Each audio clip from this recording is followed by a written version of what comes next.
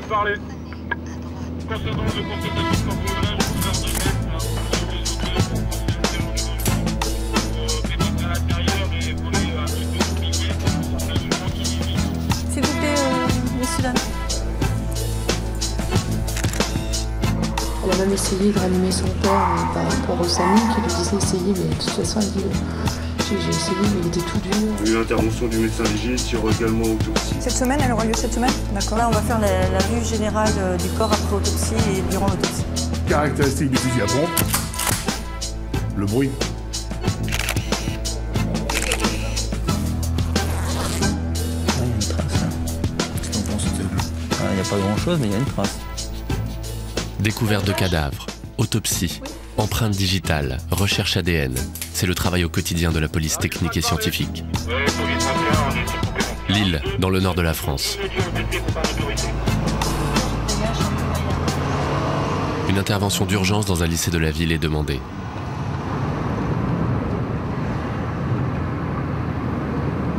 Brigitte Lotte travaille à l'identité judiciaire, l'IJ, un service de la police technique et scientifique chargé de relever des indices pour aider les enquêteurs à résoudre les affaires criminelles.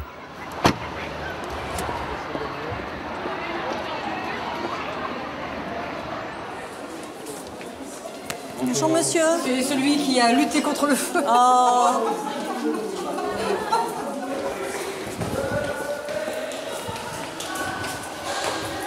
Donc c'est une salle de sport qui a été refaite complètement et qui vient d'être cramée complètement. Lors de chaque intervention, l'identité judiciaire ne sait jamais exactement ce qui l'attend. Mais cette fois-ci, Brigitte ne s'est pas déplacée pour rien. Oh là là.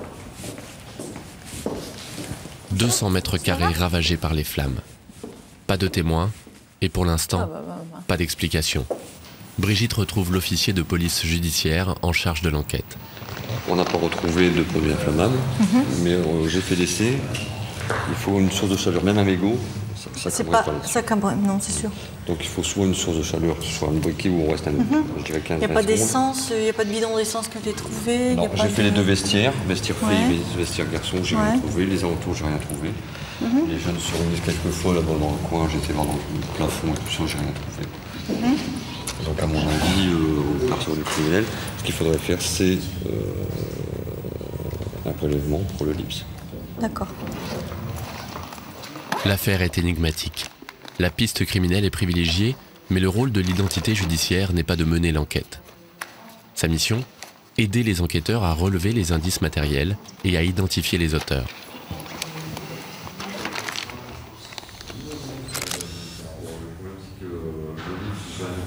Premier travail pour Brigitte, photographier le sinistre pour le dossier des enquêteurs et des magistrats.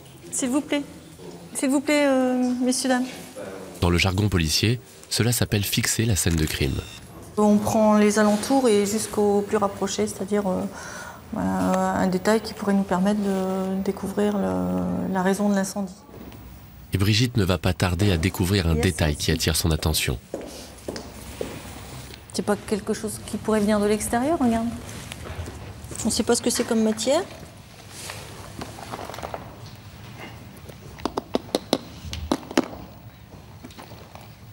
Un morceau de plastique qui pourrait provenir d'un bidon d'essence ayant servi à allumer le feu. Bonjour. Mais pour en avoir la preuve, il va falloir faire des prélèvements. Dans les affaires de feu criminels, les prélèvements sont réalisés par la section incendie du laboratoire de police technique et scientifique. Aujourd'hui, c'est Cédric qui est de permanence. Donc on t'explique, il y a eu le feu dans la salle de sport, ça se voit d'ailleurs. Oui. Et les pompiers sont intervenus, ça a été vite maîtrisé, mais on se demande quel est l'hydrocarbure qui a pu servir à cramer toute cette salle de sport. Ah ouais, parce que c'est vrai que Parce que c'est pas un mégot, un simple mégot de cigarette qui a pu enflammer une salle de sport comme ça, quoi. Après avoir dressé le plan du sinistre, Cédric peut commencer ses prélèvements.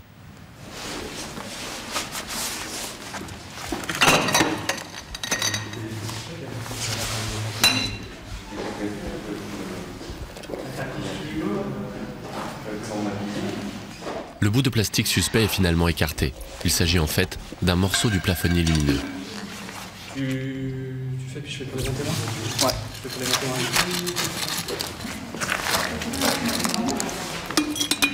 21. En revanche, Cédric est très intéressé par cette grande surface calcinée. Il espère pouvoir y trouver les raisons de l'incendie.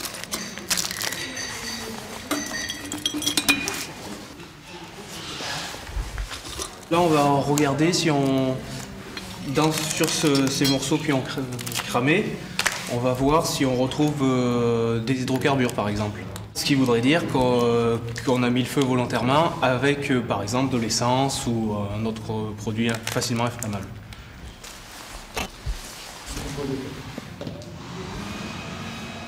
Donc les prélèvements que nous avons faits, les 3 prélèvements, vont être remis à l'officier de police judiciaire en charge de l'enquête.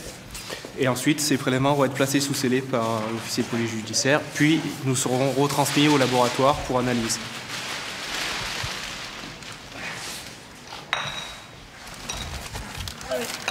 Dans la boîte.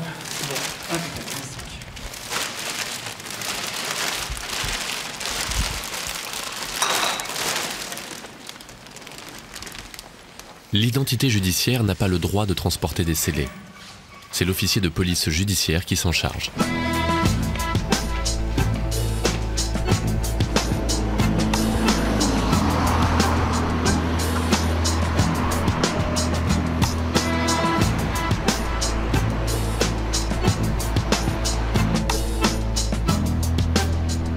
Le lendemain, les scellés de l'incendie arrivent au laboratoire de police technique et scientifique pour être analysés.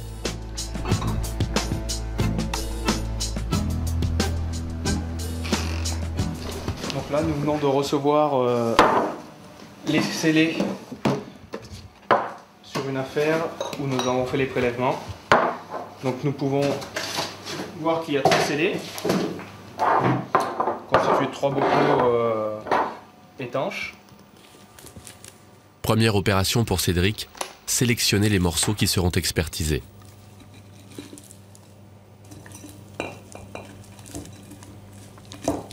Et pour information, on va peser la quantité que nous avons. Après la pesée, Cédric va déposer dans les bocaux un petit objet indispensable aux analyses. On utilise une membrane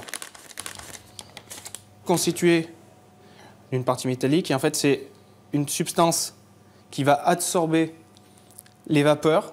Cette membrane va piéger toutes les vapeurs et ensuite on va récupérer cette membrane, la diluer dans un solvant et c'est ensuite ce solvant qu'on va analyser. Pour que cette membrane fonctionne, il va falloir chauffer le bocal pendant plusieurs heures. Donc ensuite ce bocal est mis à l'étuve pendant 16 heures. Après 16 heures, c'est cette machine qui va analyser les vapeurs captées par la membrane. Elle va décomposer les différents éléments physico-chimiques qui y sont contenus. Puis un ordinateur proposera un graphique mettant ou non en évidence la présence d'hydrocarbures.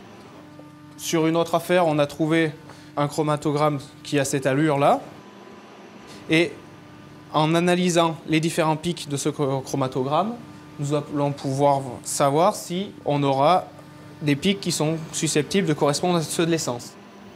Dans l'affaire du lycée incendié, Cédric devra attendre quelques jours pour savoir si le feu a été déclenché volontairement avec de l'essence.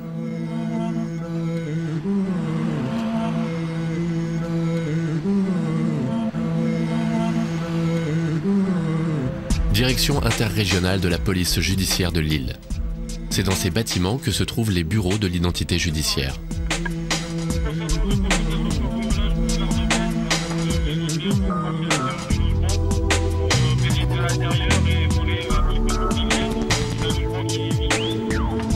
Une vingtaine de policiers travaillent à l'identité judiciaire de Lille. Braquage, cambriolage, viol, homicide, ils interviennent sur tout type d'infraction. Comme chaque lundi, réunion dans le bureau du chef de police technique et scientifique. Au niveau de l'activité de la semaine. La découverte d'une personne à moitié calcinée, découverte dans son lit à domicile. D'accord. Là, la victime a été découverte par la famille. On a eu l'intervention du médecin légiste, il y aura également autopsie. Cette semaine, elle aura lieu cette semaine? D'accord. Comme d'habitude, on a fixé les lieux, on a effectué des prélèvements au niveau du matelas, prélèvement du matelas non consumé pour test et puis prélèvement de parties consumées pour voir s'il n'y a pas de présence d'hydrocarbures. Et autrement, au niveau des empreintes? Au niveau des empreintes, il n'y avait pas d'empreintes capillaires. D'accord. Le jeudi, on a eu, suite à une affaire de vol à main armée et association de malfaiteurs, on a procédé à des recherches sur un véhicule qui était impliqué dans l'affaire. Et vous avez trouvé des on a des traces papillaires. On a relevé des traces papillaires et également on a procédé à des recherches de traces biologiques par écouvillon comme d'hab. L'identité judiciaire, c'est le maillon qui ne doit pas manquer. On peut aussi comparer tout ça à un circuit, c'est l'étape nécessaire. D'accord. Donc la crime, bien évidemment, va faire appel à l'identité judiciaire. Les STUB va faire appel à l'identité judiciaire. La brigade de répression du banditisme va faire appel à l'identité judiciaire. D'accord. Ce ne sont pas des enquêteurs à part entière. Ils font des investigations scientifiques, mais qui s'inscrivent dans le cadre des investigations policières. Puisqu'il faut bien savoir que l'identité judiciaire, ça regroupe, c'est l'ensemble des moyens de police technique et scientifique pour identifier les individus, rechercher les indices matériels, prélever les traces biologiques, papillaires et aussi odorantes. Ce qui est intéressant au niveau de l'identité judiciaire, c'est que finalement on essaie quand même d'apporter une preuve pénale objective. D'accord ? Sachant qu'évidemment ça va servir à inculper quelqu'un, mais ça va aussi servir à le disculper. L'identité judiciaire est opérationnelle 24 heures sur 24. Ce matin, Daniel et Cédric sont de permanence. Oui, allô? Oui, Christelle. J'ai jamais entendu ce nom-là. Voilà, donc apparemment, je vois que c'est un médicament qui ne peut pas circuler sans autorisation et qui sert au coupage de cocaïne. Coupage cocaïne, d'accord. Ah, Cédric, j'arrive, là, je suis au feu. T'es où, toi? 10 heures. Première intervention. Les douanes ont saisi une centaine de kilos de produits suspects sur 3 Sud-Américains.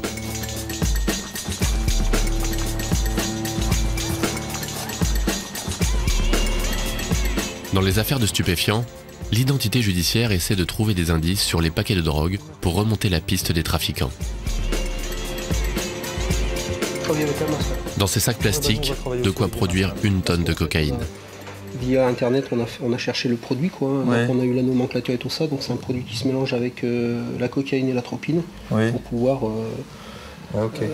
avoir une quantité beaucoup plus importante, quoi. Donc il faut faire très attention. Le problème, c'est qu'il y en a un qui reconnaît la marchandise, qui reconnaît avoir 2 valises à lui, les autres ne reconnaissent pas. Donc nous, on a fait ça par recoupement.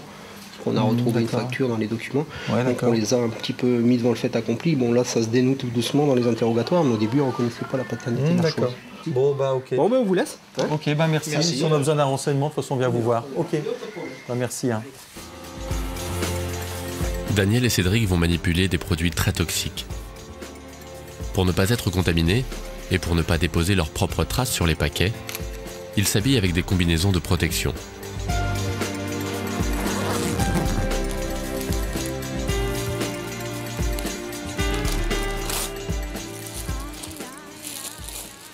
Ce qu'on va faire à la limite, c'est qu'au fur et à mesure où je passerai les poudres, on remettra dans la valise. Parce que sinon, on va se retrouver avec plein de sacs et on ne s'en sortira pas.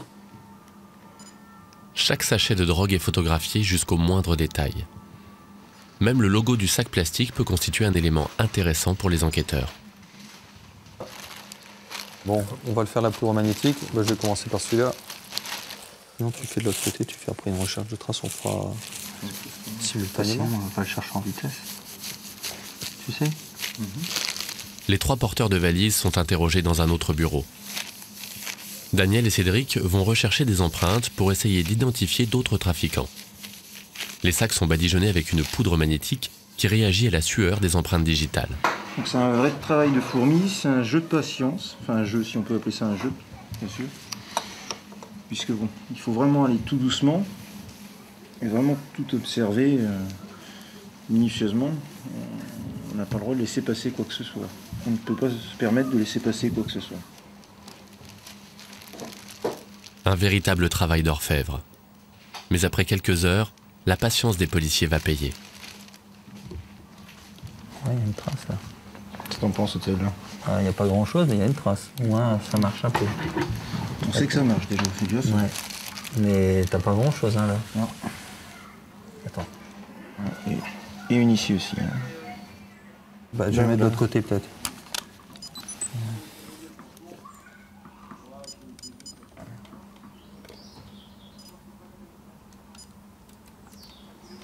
Je sais pas si c'est exploitable. Là, on n'a pas trop le choix. Hein. Ah, vas-y. Attends, si tu le tiens tendu au maximum. Attends. Appuie-le légèrement. Bah, elle est pas si mauvaise que ça, finalement. Pour être exploitable, l'empreinte est protégée minutieusement. La preuve matérielle, c'est ce qu'il y a de plus important à l'heure actuelle. Puisque des aveux ne suffisent plus. Même dans une procédure où on a un auteur qui reconnaît les faits, on va quand même chercher à prouver par les empreintes ou l'ADN ou d'autres éléments que c'est bien lui l'auteur des faits. Après plus de 4 heures de recherche, mission réussie pour Daniel et Cédric. Ils ont relevé une empreinte digitale, un indice précieux pour la brigade des stupéfiants.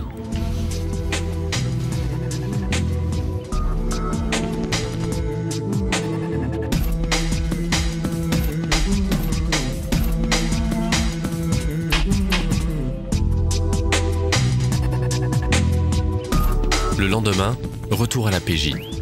Daniel apporte la trace prélevée au fichier automatisé des empreintes digitales. Je vous apporte la trace qu'on a trouvée pour l'affaire de stup de samedi. D'accord. Il faudrait la passer au FAED. Bah, ça a été éliminé avec les 3 personnes. Ouais. Ça leur correspond pas. Donc a priori, nous on pense qu'il y a une trace exploitable dessus. D'accord. Voilà, je t'ai fait la fiche. Pas de problème, ça marche. Dans un délai de combien à peu près on va savoir le résultat? Écoute, je dirais en fin d'après-midi. Ok, ça marche. Merci. Allez, à tout à l'heure. Fabrice est expert en empreintes digitales. Pour pouvoir exploiter la trace, il doit d'abord la passer à l'épiscope. Grâce à cette machine, il peut commencer à repérer les points caractéristiques de l'empreinte digitale.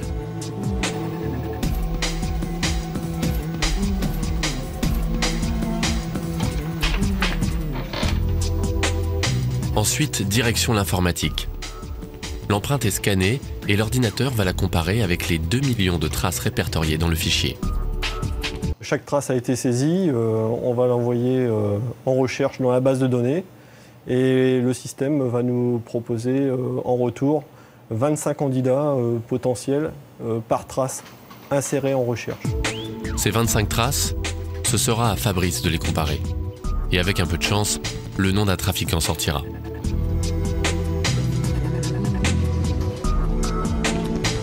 Pendant ce temps, les suspects ont été placés en garde à vue.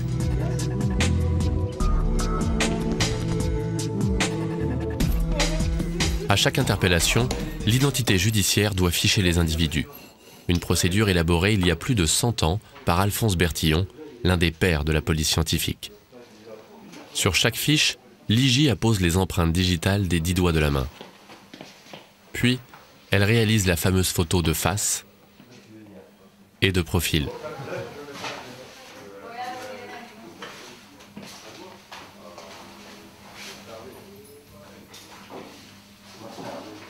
Je vais vous prendre l'ADN. Et depuis quelques années, l'ADN de tous les gardés à vue est prélevé.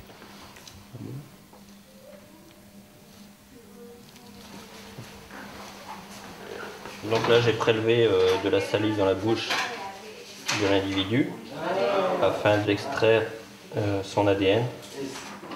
Donc ici, je viens de déposer sur ce qu'on appelle un kit FTA, c'est du papier buvard.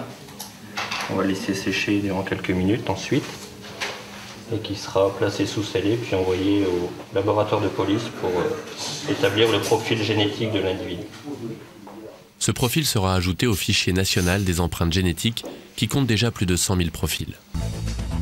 Avec la génétique, les enquêtes ont connu une véritable révolution. Retour au laboratoire de police technique et scientifique. Quand l'IJ réalise des prélèvements ADN sur des scènes de crime, ils sont analysés à la très confidentielle section biologie. Ici, on travaille sur l'infiniment petit, poils, gouttes de sang ou de sueur, pour en extraire l'ADN. Donc ça, c'est le cachet de suture qui nous assure de l'intégrité du scellé. Dans cette enveloppe, la culotte d'une jeune femme qui a été violée. Audrey va essayer de trouver une trace de sperme pour extraire un code génétique grâce auquel le violeur sera peut-être arrêté. Donc voilà.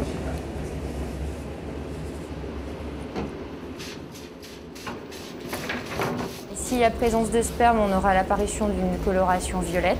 Et s'il n'y a pas de sperme, aucune coloration n'apparaît. Le papier est ensuite appliqué sur la culotte.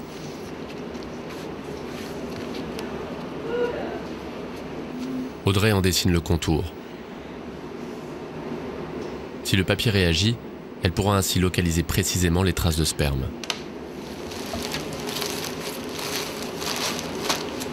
Donc voilà, donc on met le tout sous presse.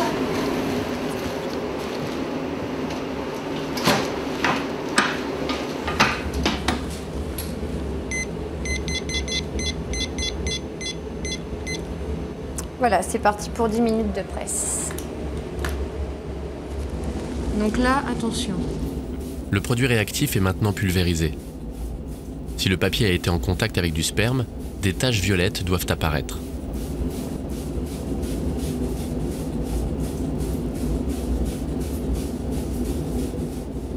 Là, on voit la réaction commence à sortir au niveau de l'entrejambe. Ça nous indique on va dire qu'il pourrait y avoir des traces de sperme au niveau donc, là, de l'entrejambe de la culotte. Mais pour s'assurer que c'est vraiment des spermatozoïdes, il faut faire après une observation au microscope.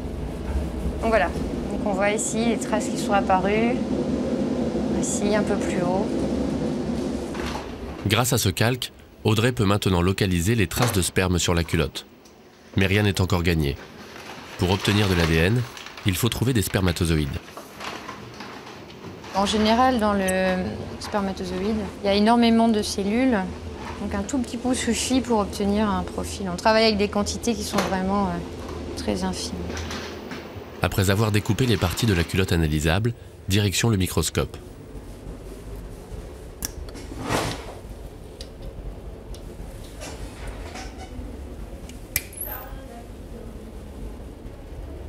Donc là, a priori, nous avons pas mal de matériel. Il y a beaucoup de têtes de spermatozoïdes, ce qui veut dire qu'on n'aura pas de problème pour obtenir un profil génétique associé à ces spermatozoïdes.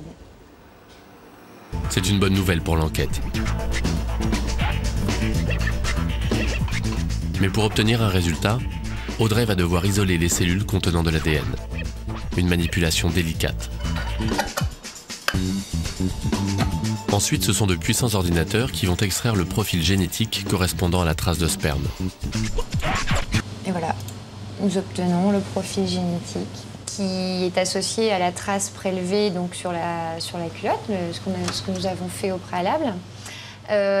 Donc ce profil va constituer un élément de comparaison par rapport donc, à des suspects éventuels. Et on peut également donc, insérer cette trace au fichier national automatisé des empreintes génétiques afin de pouvoir faire là une comparaison à la base de données individus qui est déjà effective. Et peut-être sortir un nom et donc faire avancer une enquête, faire avancer la justice. Grâce à cette empreinte génétique, la brigade criminelle dispose d'un élément déterminant pour identifier le violeur. Retour à Ligy. L'identité judiciaire de Lille intervient sur toutes les découvertes de cadavres dans la région Nord-Pas-de-Calais. Donc là, on part sur une découverte de cadavre suspecte, puisqu'on est appelé, c'est que le médecin n'a pas délivré de permis d'inhumer, donc on va aller voir ça de près. Mort naturelle, suicide, homicide. Quand le médecin n'arrive pas à déterminer les causes de la mort, Ligy intervient pour aider les enquêteurs à trouver des indices. On part sur Villeneuve, tu peux prévenir le...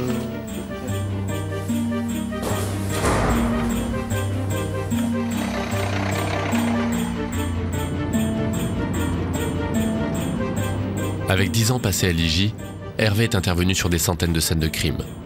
Mais à chaque fois, c'est une nouvelle histoire. Alors même quand l'affaire paraît banale, l'identité judiciaire se déplace. Il faut toujours intervenir parce qu'à partir du moment où le médecin ne délivre pas un permis d'inhumer, il ne peut pas expliquer les causes de la mort. S'il ne peut pas expliquer les causes de la mort, il se peut que la mort soit criminelle, d'origine criminelle. Cette fois-ci, le corps d'un homme a été retrouvé dans son appartement. Pas de sang, pas de traces de coups. La mort semble naturelle, mais pas question de laisser le doute s'installer. Des traces d'effraction intriguent les enquêteurs. Bonjour messieurs, dames. C'était avant dimanche, quand elle est venue dimanche, elle les avait vus. Quand elle a vu son père, elle a appelé Samy. Elle a même essayé de ranimer son père par rapport au Samy qui lui disait essayer, mais de toute façon elle dit j'ai essayé mais il était tout dur, je pouvais rien faire, tout froid, tout dur, etc. quoi. Ah oui, d'accord. On verra ça avec le médecin légiste. On va mettre des surchaussures parce que... Après avoir recueilli les premières informations, Hervé commence son travail. Photos, recherche d'indices suspects et d'empreintes.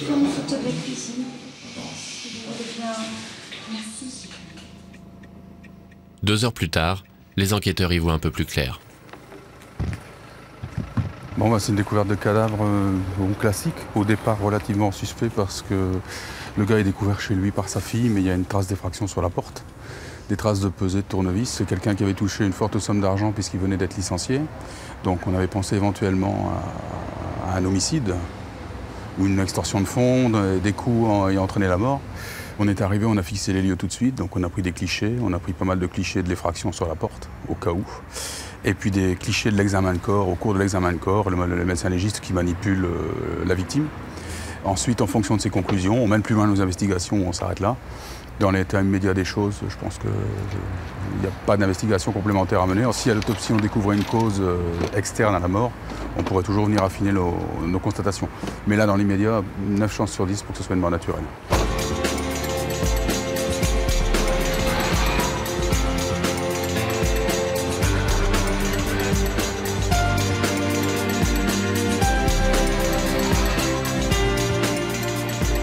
Retour à Ligy. Comme Hervé, Régis est technicien de scène de crime. Il y a quelques jours, un homme a été découvert dans une mare de sang, la poitrine perforée par une balle de 22 longs rifles. Après chaque découverte de cadavre, l'identité judiciaire constitue un album de photos qui est remis aux enquêteurs et aux magistrats. Il faut savoir qu'une enquête, ça ne dure pas 2 semaines, 3 semaines, ça peut durer des mois. Donc les enquêteurs ont l'album photographique qu'on a en fait monté, et puis ils peuvent toujours y revenir, se remémorer par rapport à leur procès-verbal de constatation, voir s'ils n'ont rien oublié. C'est important qu'ils aient la base photographique toujours, pour fixer les lieux.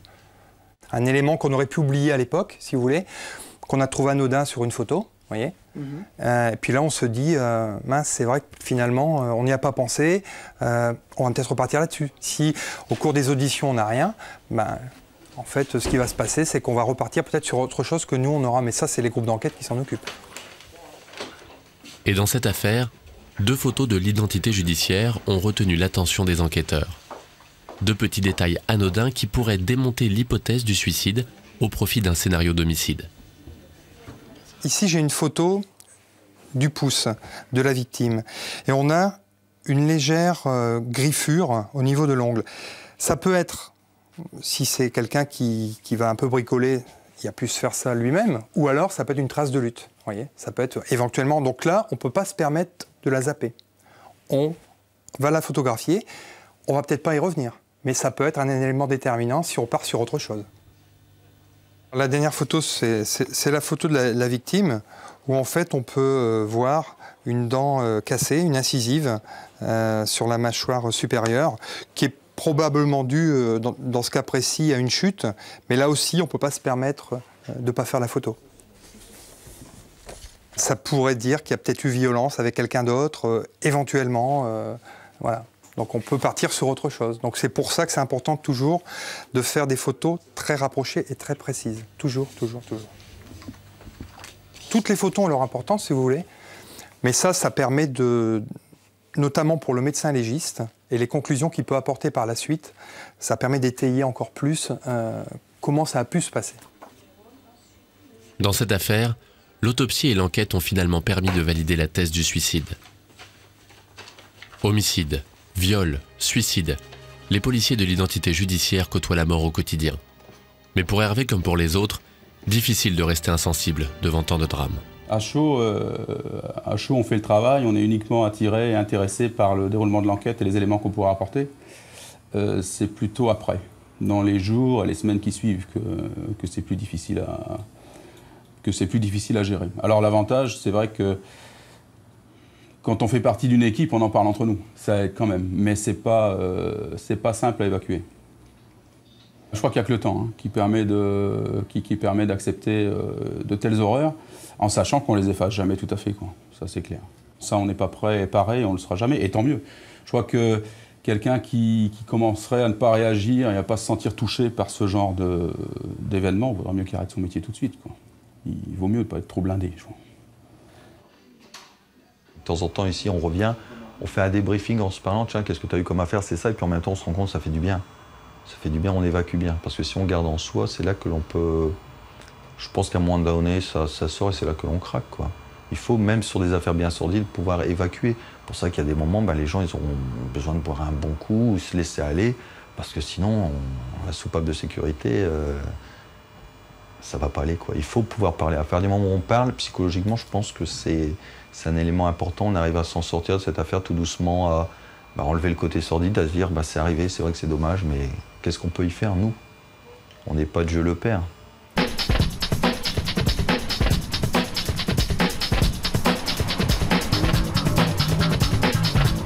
L'identité judiciaire intervient de jour comme de nuit. Cette nuit, Brigitte est de permanence. Il est 1h du matin. Première intervention au commissariat central de Lille.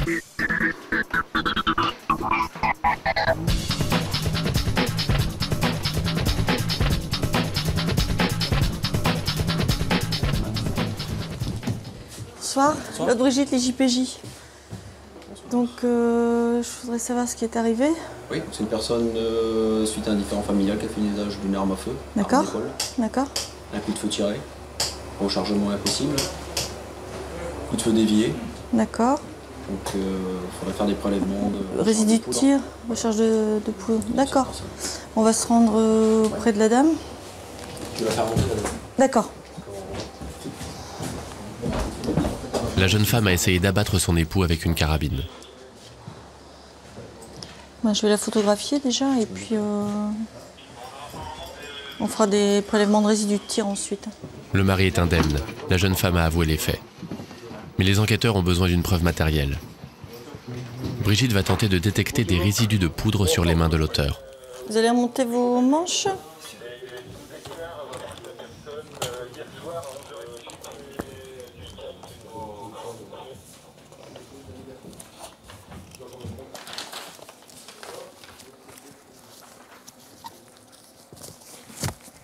Donc ça, ce sont des prélèvements de résidus de tir pour essayer de capter l'antimoine qui se trouve sur les mains de l'auteur du coup de feu.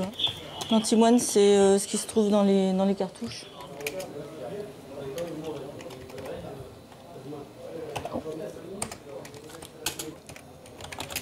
Le nombre de tirs que vous avez effectués, il y a eu plusieurs tirs ou un tir uniquement ? Vous aviez lavé vos mains avant ou pas? Non. C'est dans le Madine USSR, l'arme russe. Ah oui. Là, ici, je vois. Ouais. Des inscriptions. Il y a un numéro 10. C'est une carabine qui aurait été achetée dans une coopérative. Le fusil va sûrement terminer à la balistique du laboratoire de police scientifique. La jeune femme, elle, passera la nuit en cellule. Elle sera ensuite présentée au juge pour tentative d'homicide. Un crime passible d'une lourde peine de prison. Merci. Bonsoir, messieurs. Pour Brigitte, retour à la maison pour une courte nuit. Bonsoir.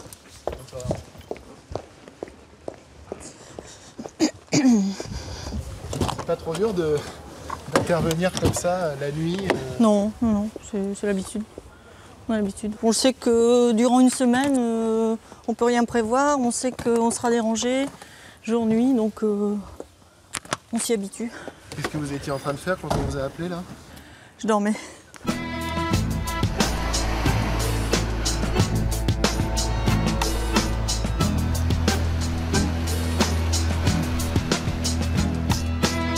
Lorsque des prélèvements de résidus de tir sont effectués, ils sont remis ici au laboratoire de police technique et scientifique pour être expertisés. Donc quand on tire avec une arme à feu, il y a un nuage de fumée qui se dégage au niveau du canon et des autres interstices de l'arme, c'est-à-dire au niveau de la culasse lors de l'éjection de la balle. Et dans ces nuages de fumée, on va retrouver des particules qu'on appelle des particules de résidus de tir. Et ces particules sont caractéristiques d'un tir effectué par arme à feu.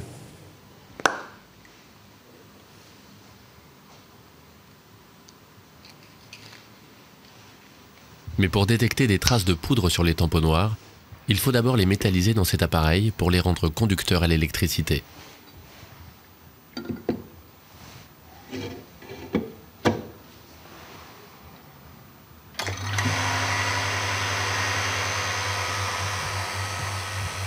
C'est bon ça.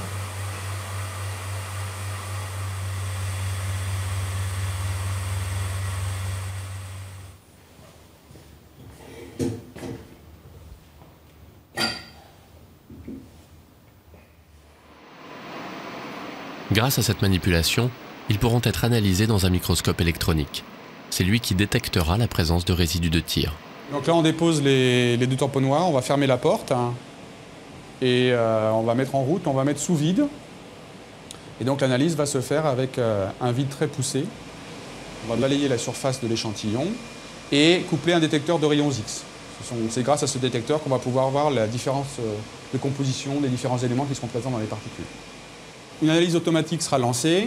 Donc pour chaque particule brillante qui sera présente sur le tamponnoir, on va effectuer une analyse. Et l'analyse va nous permettre d'avoir le spectre de rayons X qui correspond à chaque particule.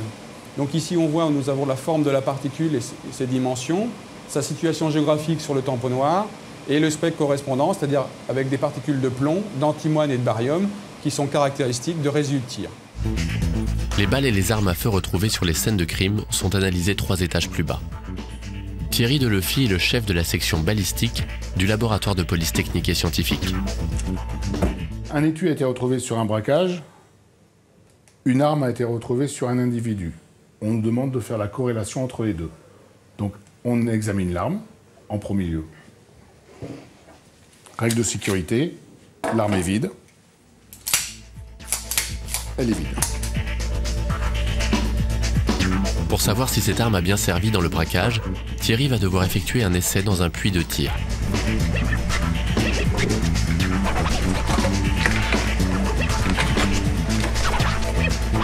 Règle de sécurité, la protection d'abord.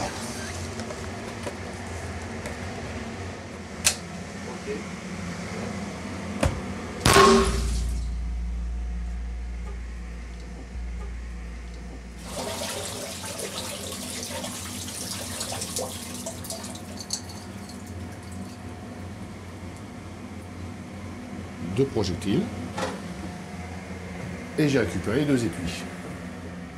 Les douilles retrouvées sur la scène de crime et celles tirées au laboratoire vont maintenant être comparées. Je mets au macroscomparateur l'un des étuis retrouvés par nous dans le puits de tir et l'étui retrouvé sur le lieu du braquage. Avec cette machine, je vais savoir si c'est la même arme qui a été utilisée 2 fois. Si Thierry retrouve les mêmes traces sur les 2 étuis, cela veut dire qu'ils proviennent de la même arme. Le dessin ici, bien circulaire, on le trouve exactement sur l'autre étui. Donc on est juste apposant, on arrive bien à superposer les deux, on arrive vraiment à un dessin similaire d'un côté comme de l'autre. Dans la mesure où le dessin est similaire, la percussion est similaire, donc c'est le même percuteur qui a percuté les 2 amorces. Chaque arme a ses propres stigmates de tir. C'est comme une empreinte digitale, chaque arme a sa propre empreinte. Après 25 ans dans la police, dont 15 ans en balistique, les armes n'ont plus de secret pour Thierry. Derrière cette porte, l'une des plus grandes collections d'armes de France retrouvées sur des scènes de crime. Kalachnikov, fusils mitrailleurs, carabines, mais aussi des armes d'un tout autre genre. Alors là, c'est pas le coup du parapluie bulgare, parce que le parapluie bulgare c'est une aiguille, là c'est un véritable fusil. Le canon. Comme toutes les armes dissimulées, car c'est une arme dissimulée, il y a une préparation qui se fait avant. Donc là, introduction du projectile, calibre 12 mm là. On referme. Pour qu'elle soit prête à tirer, il suffit d'armer le mécanisme. L'arme est prête à faire feu. Pour faire feu, il suffit d'appuyer sur le bouton poussoir dessous pour faire partir le coup. Il peut pleuvoir. Je suis à l'abri. Mais dans cette collection, des modèles beaucoup plus conventionnels comme ce petit Colt. Ça, c'est la dernière folie qu'on a vue arriver sur les territoires européens. Alors, c'est impressionnant. C'est une arme qui est à l'origine une arme fictive, une arme à grenaille, achetée en grande quantité, trafiquée vraisemblablement ou au Libéria ou au Cap-Vert, mais on n'a aucune certitude absolue. Et c'est revenu sur le territoire français, ça se vendait pour 800 francs aux petits dealers. C'est du 6,35, ça se tue. Hein. Le fusil à pompe. Au départ, arme de chasse. Caractéristique du fusil à pompe, le bruit.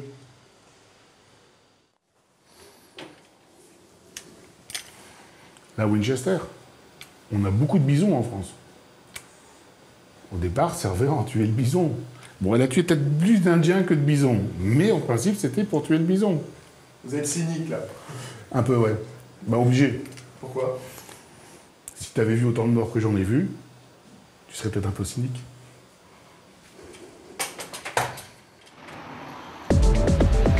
Meurtre par balle, braquage. L'identité judiciaire intervient quotidiennement sur des affaires d'armes à feu.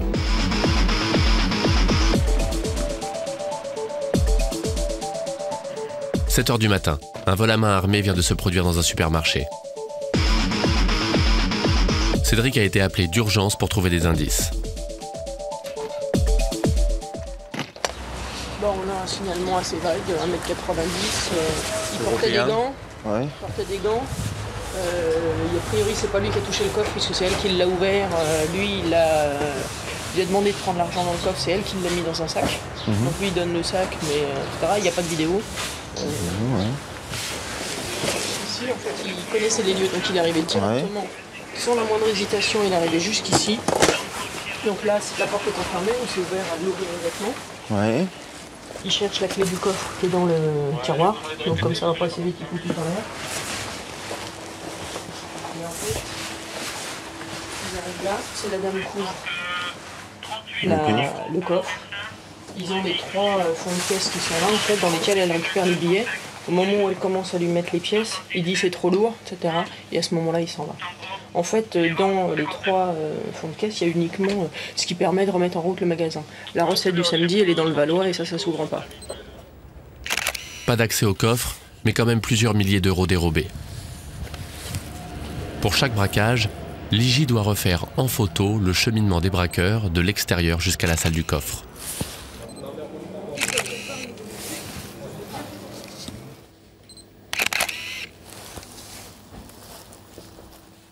Pour l'instant, je fais tout de suite.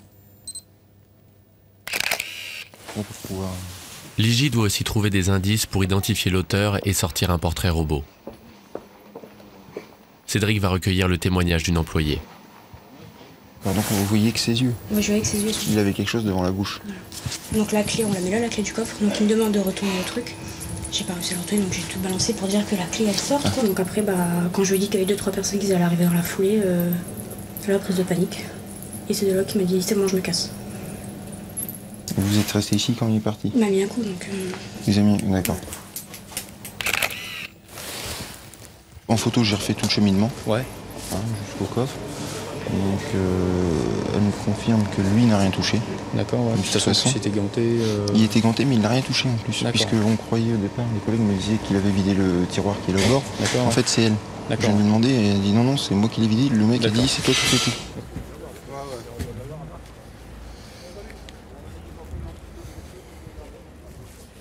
Un braqueur cagoulé et ganté, donc pas d'empreinte. Pas de mégot pour espérer une trace ADN. Aujourd'hui, Cédric n'a pas grand-chose à se mettre sous la dent. Même pas une bande de vidéosurveillance exploitable par le service des traces informatiques de l'identité judiciaire. C'est du feu, ça. Disque dur, téléphonie, photo numérique. Boum. Ah, c'est ici, là? Ah, c'est méconnaissable, hein. Ici, on traque des petits indices grâce à de puissants ordinateurs. Ils l'ont dans les mains, là. Ouais, ah, t'as vu, c'est un truc préparé, hein, t'as vu? Il vient de le coller. Ah, c'est pas dans les films. Et hop, il allume la mèche. On va voir les étincelles. Boum. Voilà, celle-là, ça explose et on les voit fuir. T'as vu la fumée que ça fait? Ce matin, Gaëtan et David étudient les vidéos d'un braquage. Ah, c'est 7h10. Des dizaines de milliers d'euros dérobés. Les policiers espèrent repérer un détail pour identifier les braqueurs. Ouais, boum. Voiture bélier, carrément en marche arrière. Et là, on va peut-être avoir la plaque. Ouais, donc une voiture bélier en marche arrière, et la plaque d'immatriculation. Attends. Oh là, si on arrive à voir ça, ce serait beau. Là, ce serait formidable pour les enquêteurs. Là. Si c'est pas une doublette. Ouais, on pourra... Il y a quoi travailler. Ouais, on va travailler dessus et on pourra sortir quelque chose. Même si on a 3-4 numéros, on a déjà une orientation. Si eux, ils ont des suspects ou des véhicules suspects sur l'affaire. Ils sauront déjà si c'est une équipe nordiste ou une équipe par exemple. Parisienne, par exemple. Il y a de grandes chances que les plaques soient volées, mais c'est déjà un élément important pour les enquêteurs. Depuis quelques années, ces méthodes d'investigation sont en pleine explosion. Donc ce qui est important aujourd'hui, c'est qu'on s'aperçoit que par rapport à l'enquête traditionnelle il y a quelques années, les techniques modernes, téléphonie GSM, vidéo numérique, surveillance bancaire par des caméras numériques, ont fait beaucoup progresser l'enquête. C'est-à-dire que les enquêteurs n'étaient pas habitués à recueillir des services tels comme nôtres, mais on s'aperçoit aujourd'hui que c'est complètement complémentaire et indispensable de leur travail. C'est-à-dire que nous, ici, on nous amène les documents aussi bien en numérique que GSM, et on est de plus en plus requis par les services enquêteurs. C'est-à-dire qu'ils ne peuvent plus se passer de nous, ils sont obligés de venir par ici pour pouvoir travailler correctement. L'enquête à l'ancienne n'existe plus vraiment. La police technique et scientifique s'est développée de plus en plus, et s'est développée de plus en plus pourquoi? Parce que dehors, les brigands sont déjà de plusieurs années en avance sur nous, donc il faut qu'on suive, et là on est en train de bien les rattraper. Téléphonie, informatique, aujourd'hui la police bénéficie des grandes avancées technologiques pour résoudre les affaires.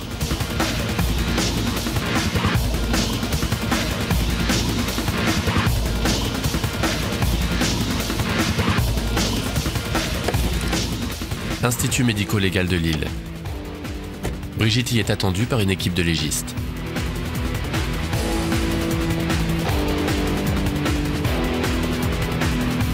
Bonjour, ça va? Oui. Et bon, toi, ça va impeccable. Hein. Voilà. On va s'y mettre. Hein. Oui, il est au courant, Jocelyn.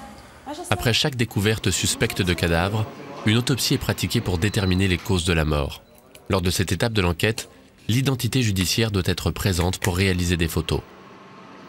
Il y a quelques jours, le corps d'un homme a été découvert chez lui. Les médecins doivent déterminer si la victime s'est suicidée par absorption de médicaments ou s'il a été victime de violences.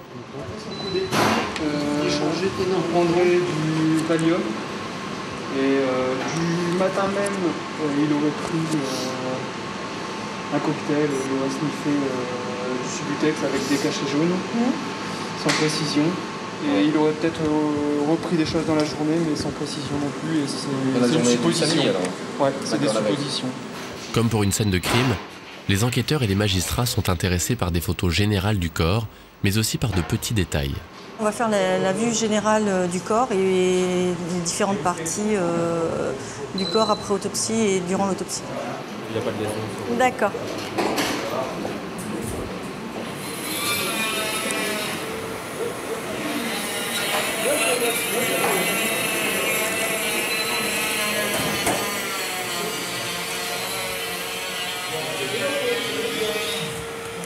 Donc là, c'est une photo qui concerne le cuir chevelu, et c'est pour montrer qu'il n'y a pas de lésion au niveau du cuir chevelu. Pas de lésion sur la tête, la piste des violences s'écarte. En revanche, les médecins ont décelé une dose létale de médicaments. L'hypothèse du suicide se confirme.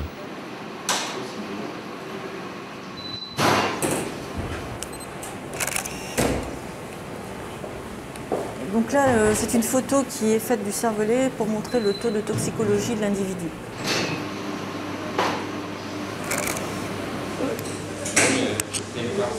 Vous allez pouvoir faire une photo du corps vide? Oui, tout à fait.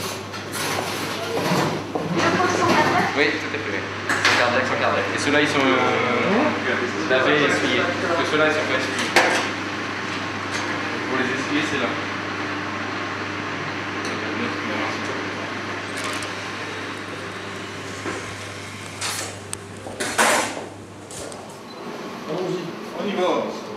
Les photos de Brigitte seront réunis dans un album remis aux magistrats et aux enquêteurs. Lors de chaque autopsie, un officier de police judiciaire est présent. Aujourd'hui, c'est Eric qui est de service. Il va mettre sous scellé les prélèvements sanguins qui serviront à confirmer les causes de la mort.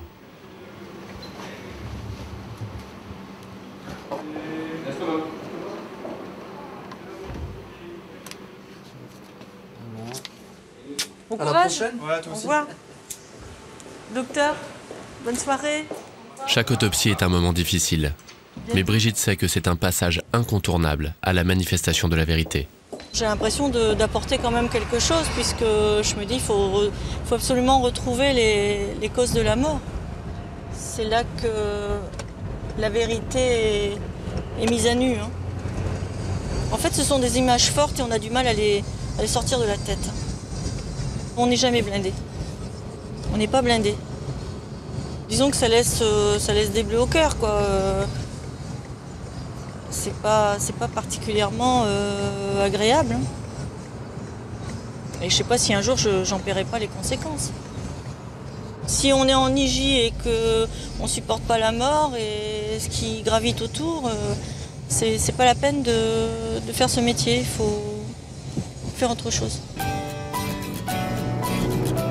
Chaque intervention peut laisser des bleus au cœur, des petites blessures à l'âme. Alors pour éviter d'être happé par le souffle du désespoir, mieux vaut profiter du tourbillon de la vie. La grande leçon, c'est que la vie est belle, qu'il faut en profiter tant que ça dure, parce qu'effectivement, dans le métier qu'on fait, on se rend compte à quel point le malheur peut s'abattre très vite et sur quelqu'un ou sur une famille et tout remettre en cause. Donc c'est quand même des métiers qui apprennent, à mon avis, à classer les priorités. Quand on regarde les choses de près, finalement, beaucoup de gens, je crois, se pourrissent la vie pour des problèmes qu'ils ne méritent pas, c'est clair. Quand on voit ce qu'on voit dans notre métier, faut profiter du bon temps, quoi, c'est sûr. Profiter des bonnes choses, c'est évident. Profiter des bonnes choses, prendre du bon temps. Car si chaque jour, l'identité judiciaire est confrontée au pire, Hervé, Brigitte, Daniel, Cédric et les autres essaient de ne pas oublier l'essentiel.